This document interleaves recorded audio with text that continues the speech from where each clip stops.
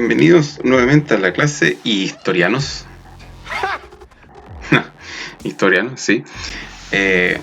Obviamente que hoy día vamos a ver el tema entonces de la Revolución Francesa, ¿ya? En un tema anterior nosotros estuvimos hablando de la independencia de Estados Unidos y hoy vamos a tocar, ¿no es cierto?, el tema de la Revolución Francesa. Les recuerdo que en el tema anterior nosotros dijimos que uno de los principales actores, ¿no es cierto?, dentro de la independencia de Estados Unidos fue Francia y España. Y en este caso, ¿no es cierto?, yo les comenté que Francia, ¿no es cierto?, al final, dentro como de las consecuencias que tuvieron, se les devolvió a ellos mismos, ¿no es cierto?, la revolución. Entonces, el rey apoyó, ¿no es cierto?, la revolución de independencia de los Estados Unidos, pero a la vez él después, cuando terminó esto, se le vino de vuelta su propia revolución, ¿ya? Y eso es lo que vamos a ver, ¿no es cierto?, en dos clases más o menos, digamos, a partir de esta. ¿Ya? Entonces el objetivo principal, ¿no es cierto?, de esta clase en particular es reconocer las causas de la Revolución Francesa. Ahora, tenemos que empezar hablando de qué es una revolución. Una revolución es un cambio profundo en una época de la historia y abarca todo lo que tiene que ver la vida, ¿no es cierto?, de las personas, la sociedad, ¿no es cierto?, tiene que ver con la parte política, incluso hasta la forma de vida cotidiana de cada una de las personas. ¿Ya? Entonces, dentro de esto, digamos, una revolución significa eso. O sea, una revolución son cambios importantes, ¿no es cierto?, en un periodo. Se dice que una de las revoluciones importantes del ser humano también es la revolución del neolítico, cuando el hombre, ¿no es cierto?, deja de, cuanto se llama, recolectar, ¿no es cierto?, fruta y se vuelve agricultor. Entonces, esa es una. Y la otra es la Revolución Francesa, porque viene a cambiar todo un espectro, digamos, de la vida política y la sociedad que existía hasta ese momento. ¿Ya?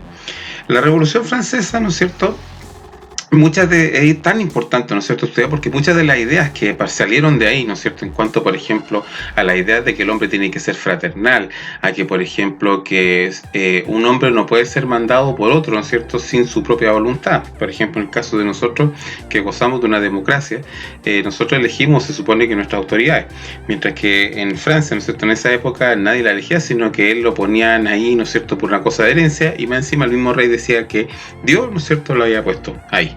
¿Ya? Ahora, hoy día vamos a hablar de las causas de la revolución, ¿ya? Las causas de la revolución, ¿no es cierto?, es principalmente hablar, ¿no es cierto?, un poquito de qué fue o cuáles fueron el conjunto de situaciones que se dieron, ¿no es cierto?, para poder, ¿no es cierto?, llevar a este estallido, ¿no es cierto?, social que ocurrió en Francia, ¿ya? Francia en ese momento, chiquillo, es un país muy importante y era un país muy importante porque tenía mucho poder agrícola, o sea que prácticamente Francia alimentaba, y de hecho hasta el día de hoy creo que alimenta mucho, ¿no es cierto?, de lo que es Europa, ¿no es cierto?, porque ellos tienen, ¿no es cierto?, estas grandes extensiones de tierra que les permiten, ¿no es cierto?, de alguna otra forma tener la capacidad de la agricultura, ¿ya? Ahora, primero, cuando hablamos de causa, vamos de las causas, vamos a hablar de varias causas, sobre todo las políticas, las sociales, etcétera, etcétera. Pero la primera causa es la causa política, ¿no es cierto? Primero tenemos que Luis XVI, ¿no es cierto?, que fue el rey, ¿no es cierto?, que imperaba en ese momento. Me van a preguntar por qué se llama Luis XVI, porque hubo 16 Luises antes de él, así que por lo tanto él tenía el nombre de Luis. Luis XVI entonces era un gobierno absolutista, que controlaba todo el poder, ¿no es cierto? O sea que él hacía las leyes, ¿no es cierto?, cobraba impuestos, manejaba el ejército, así que por lo tanto en una sola persona se concentraban todas las leyes. Y esto obviamente que políticamente hablando, él no tenía una justificación más que decir que su poder venía de Dios. Así que por lo tanto, obviamente que él de alguna otra forma se justificaba con eso, lo que cual, ¿no es cierto?, para la idea de la época, ¿no es cierto?, en la cual decían que no, porque el ser humano, ¿no es cierto?, como lo que pasó en Estados Unidos, ¿no es cierto?, él podía decidir sus propios caminos y por sobre todo podía decidir quién mandaba. No podía salir diciendo que a mí este poder me lo dio Dios y por eso estoy acá. No se podía basar en la superstición, ¿ya? También hubo causa ideológica. La ideológica tiene que ver de la forma que piensa uno, ¿no es cierto?, de la ideología que tiene uno, y eso obviamente que cada persona es diferente. Pero hubo 3 personas, ¿no es cierto?, que ya habían pensado esto, ¿no es cierto?, que era Voltaire, que hablaba de la tolerancia, o sea, significaba de que si hay otra persona que igual a mí, esa persona yo tengo que tolerarla, tengo que aprender a vivir con ella, ¿ya? No puede ser que la otra persona, por personas diferentes, yo tenga que ir a matarlo o tenga que eliminarlo, ¿no es cierto?, porque piensa diferente. No. De hecho, Voltaire, hay una frase que supuestamente dijo que decía que yo no estoy de acuerdo contigo, pero voy a matar, ¿no es cierto?, para que tú puedas decir lo que piensas. O sea, está bien, tú piensas diferente que yo también pienso diferente que ti, pero tú tienes el derecho de pensar diferente y nadie te puede hacer nada por eso. Rousseau, por otro lado, hablaba del contrato social, que decía que las personas que estaban en el poder tenían que ser elegidas por los ciudadanos. Pero si esa persona no estaba, ¿no es cierto?, y no había hecho un buen gobierno, los ciudadanos tenían el derecho a sacarlo, ¿ya? Eso es lo que hablaba Rousseau, que era totalmente nuevo para la época, porque todavía estamos hablando de que existían reyes con poder totalitario. Y también el barón de Montesquieu, ¿no es cierto?, que dijo que los poderes del Estado, ¿no es cierto?, que el Estado tenía que dividirse en tres poderes, que es el poder ejecutivo, el poder legislativo y el poder judicial, como lo que nosotros tenemos hoy en día, ¿no es cierto?, en nuestra política. O sea, estamos hablando de este tipo que habló en el siglo XVIII y hace 2 siglos, ¿no es cierto?, y ese sistema se aplicó, ¿no es cierto?, primero en Estados Unidos y en los demás países, ¿ya? Ahora, todo esto, ¿no es cierto?, habría que sumarle también las causas económicas. En Francia en ese momento hubo un periodo de muy malas cosechas, aumentó el precio del pan, lamentablemente Francia tuvo verano húmedo, ¿no es cierto?, e inviernos cálidos, lo que obviamente hizo que el trigo, ¿no es cierto?, que digamos es como la base alimentaria, ¿no es cierto?, de los países como Francia, como Chile, que comen mucho pan, hizo que el precio del trigo, ¿no es cierto?, aumentara de una forma ridícula.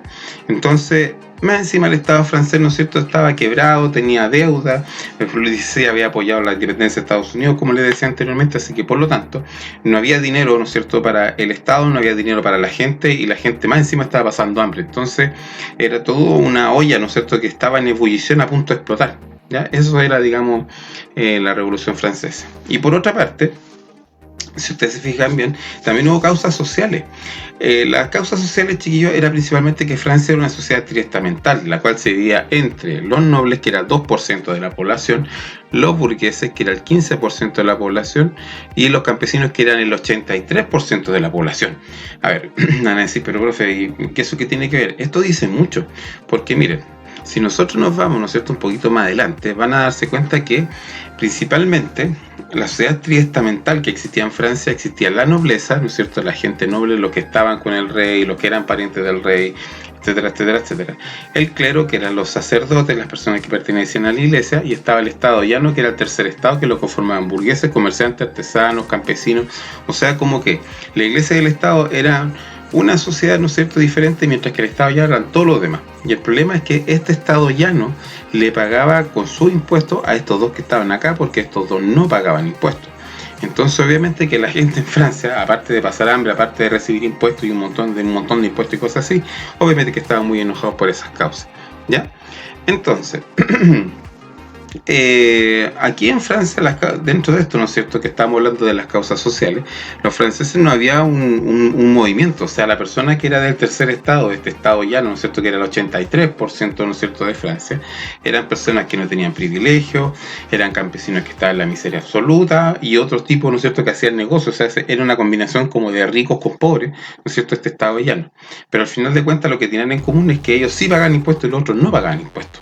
Entonces, obviamente que eso llevó principalmente a este estallido, ¿no es cierto?, de la Revolución Francesa, que conllevó con el fin, ¿no es cierto?, de la monarquía francesa, ¿no es cierto?, con el asesinato, ¿no es cierto?, del rey Luis XVI, de su señora y su familia, por lo menos de los hijos varones, y con eso, digamos, se daba por inicio, ¿no es cierto?, este proceso de la Revolución Francesa.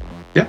Este video va a ser más cortito, así que por lo tanto, chiquillos, la actividad para el día de hoy es: 1. Buscar y copiar en tu cuaderno un mapa conceptual, los esquemas de las 3 causas de la Revolución Francesa, como el que está saliendo acá, y escribir una pequeña biografía de Luis XVI, no más de media página, ¿ya? ¿Quién fue el rey de Francia en la época de la Revolución Francesa? ¿No es cierto?, que es una información importante para saber más adelante qué fue lo que pasó entonces con Luis XVI. Ya, chiquillos, un abrazo, nos vemos, bye bye.